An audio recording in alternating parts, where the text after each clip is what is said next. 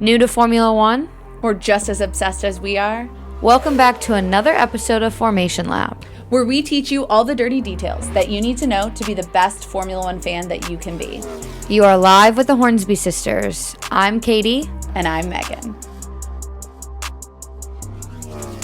Hello. I am so excited because today we're talking about Formula One and the U.S. market, because this weekend is the U.S. Grand Prix in Austin, Texas, and we are thrilled that we've got a race in our time zone so we can sleep in a little bit. We're going to hop right in and talk all about Formula One and the U.S. Traditionally, it has always been a European-based sport, with the first World Championship taking place at Silverstone in the U.K. It was won by the Italian racer Giuseppe Farina in a supercharged Alfa Romeo. So it is very much so tied to being a premier European sport. And the one area that Formula One has yet to immerse itself and develop this deep, diverse fan base that you can see in Europe is here in the United States. Part of the reason why I even started this was because I wanted to be able to talk more about Formula One with all my friends and build a community for racing fans, for Formula One fans to come together and talk about how cool Formula One is, because I've said it before, we have people here that are missing out on this amazing thing that'll take up your weekends and you'll fall in love with it.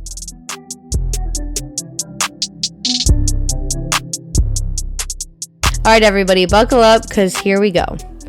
As of right now, Formula One has raced in 10 different cities across the U.S., which was a huge shock when Megan and I were doing our research, because we could really only come up with a couple names. All 10 have had various degrees of racing and various degrees of success as Formula One tracks. We're going to start with Watkins Glen, which is in upstate New York. And Watkins Glen hosted 20 races from about 1961 to 1980.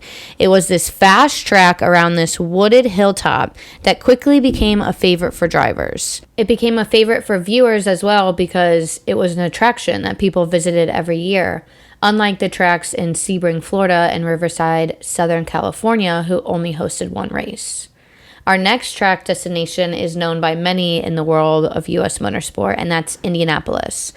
And a total of 19 races took place here during 1950 to 1960, and then they returned from 2000 to 2007. In the 1950s, the race was technically on the F1 calendar under the name Indy 500, but the Indy race ran with different regulations, meaning that if the teams wanted to participate, they'd have to change the design and the build of the car in order to participate.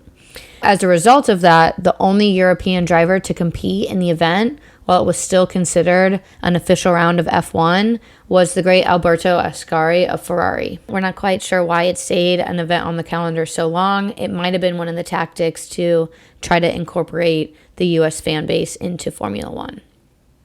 Up next is Long Beach, California, which saw a total of 8 races from 1976 to 1983. And Long Beach was conceived as the Monaco of the American coast. In 1983, John Watson won from 23rd on the grid, and this charge to the field remains the lowest starting position from which any driver has won a Formula One race. The American car capital of Detroit saw Formula One from 1982 to 1988. The track wound around America's car capital but was bland and bumpy. The first year in Detroit, 1982, the United States saw 3 races in the States: Detroit, Long Beach, and Las Vegas, making the U.S. the first country to ever host 3 rounds of a Formula One World Championship in one season, which we may see again, so we'll come back to that. Phoenix, Arizona hosted 3 Grand Prix from 1989 to 1991, and they faced a similar issue to Detroit where the track was just bland, and there were a large number of 90-degree turns that all in all reduced speed. And Phoenix also had similar issues to the Dallas track, which hosted 1 race in the July of 1984, and it was hotter than hell. There were parts of the track surface that started to break, and the morning warm-ups were canceled. This circuit was incredibly bumpy and quick, and Alan Prost hilariously said the only good thing about it is that suddenly Detroit is not so bad. Lastly, Las Vegas, specifically Caesars, hosted 2 races in 1981 and 1982. So the U.S. has been home to many races throughout the country. Currently, it resides in Austin at the Circuit of the Americas, and next year we will see a race in Miami. And I think the biggest question is the fact that could the U.S. get 3 races in 2023 with a return of Las Vegas? A couple execs that deal with the planning of the Las Vegas Grand Prix are actually checking out the race in Austin. So, it might just be part of the rumor mill, but we might get to see 3 races back in the United States in 2023.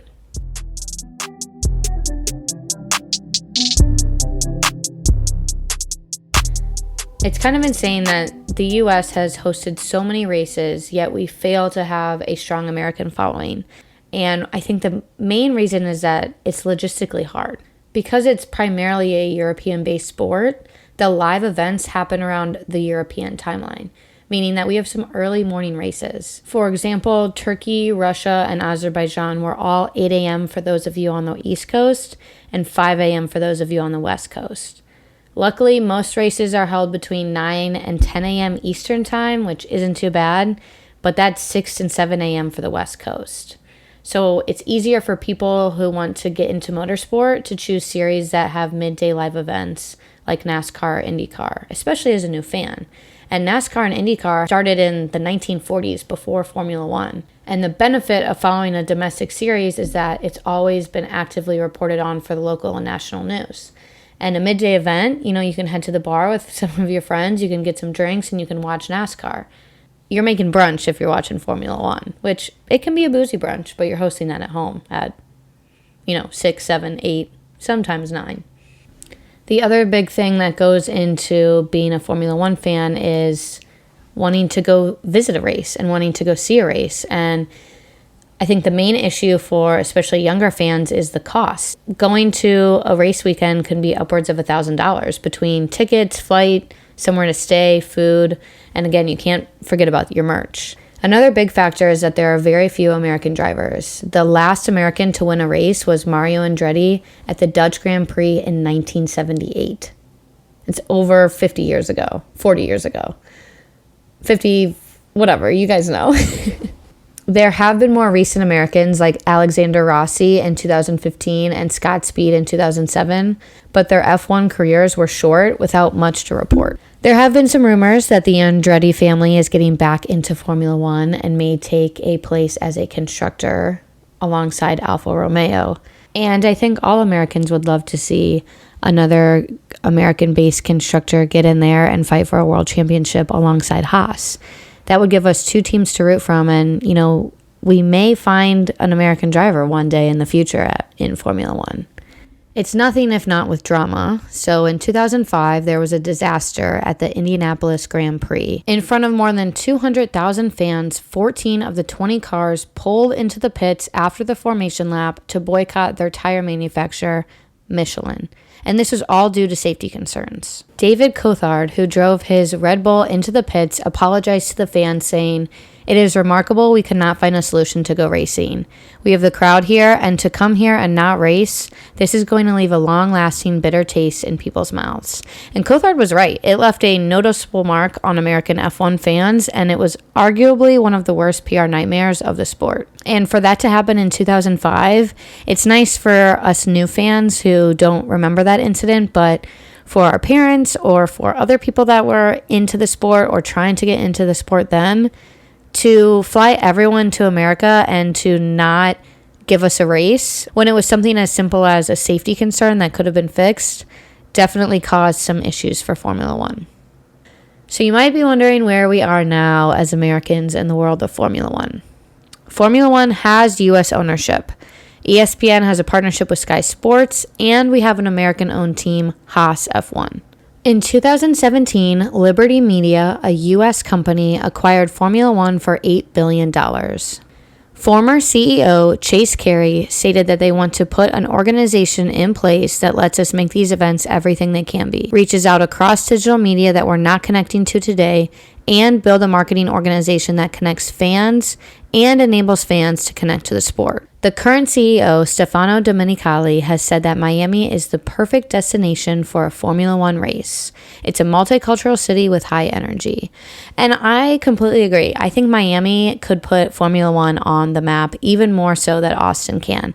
I think in the US, sometimes we have that stigma around Texas.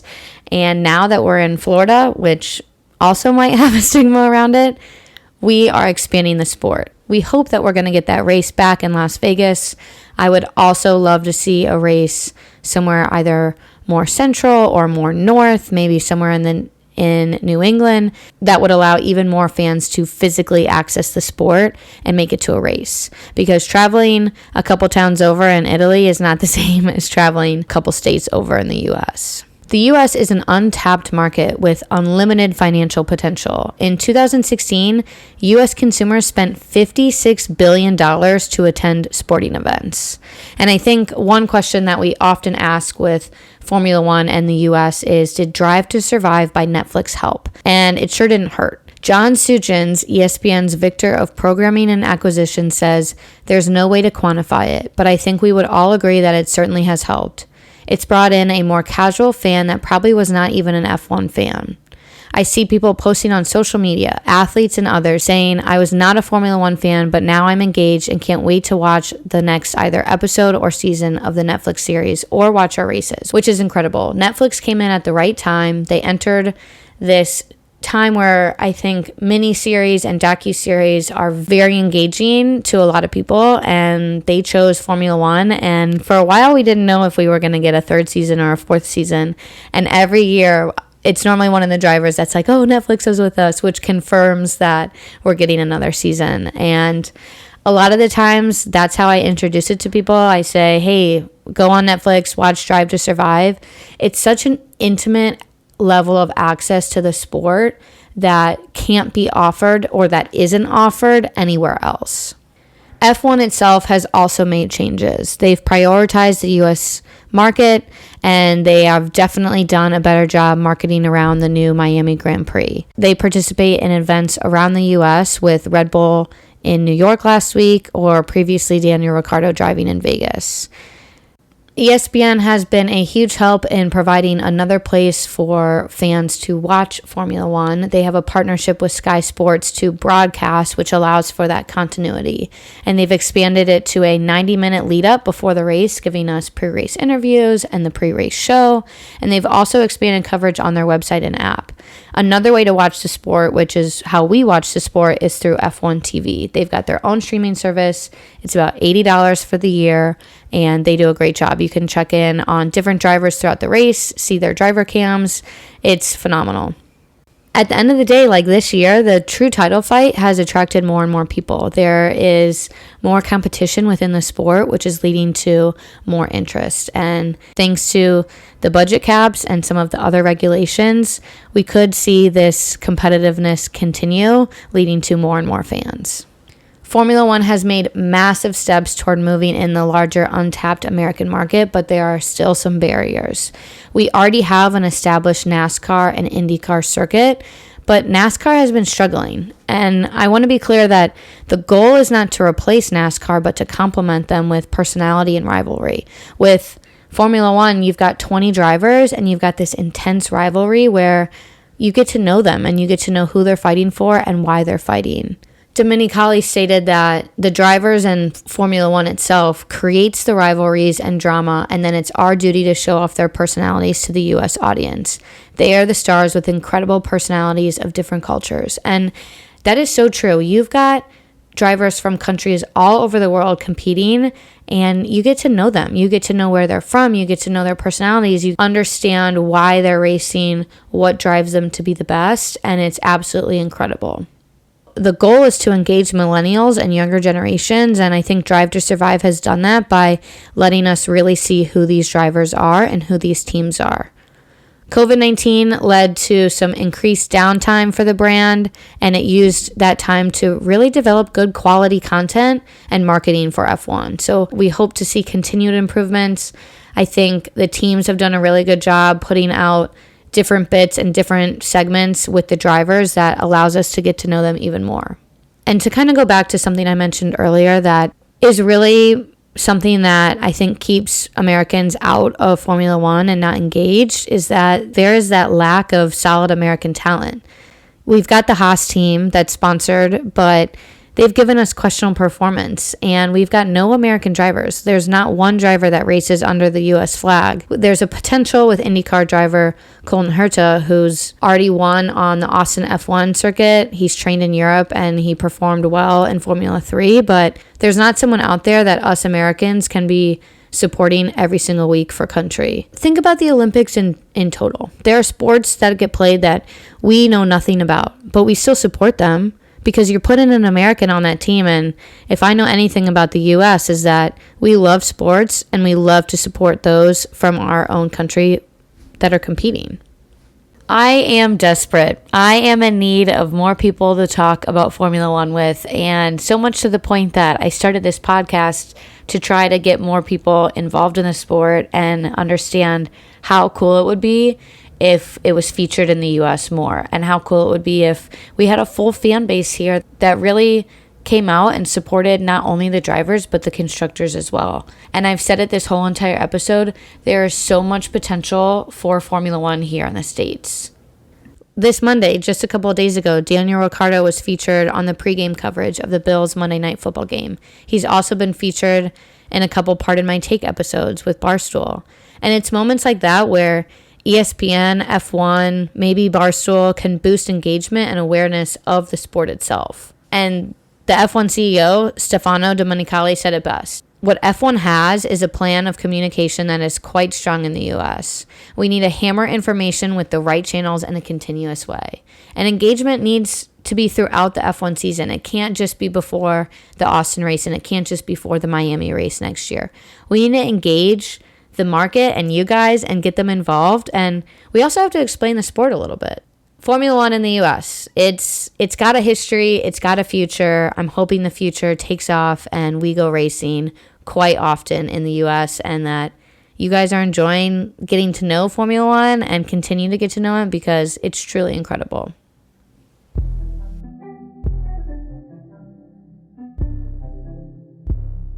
Thank you so much for listening to another episode. Don't forget to subscribe and follow us at Dirty Driving Pod on Twitter and Instagram. Until next time, stay dirty.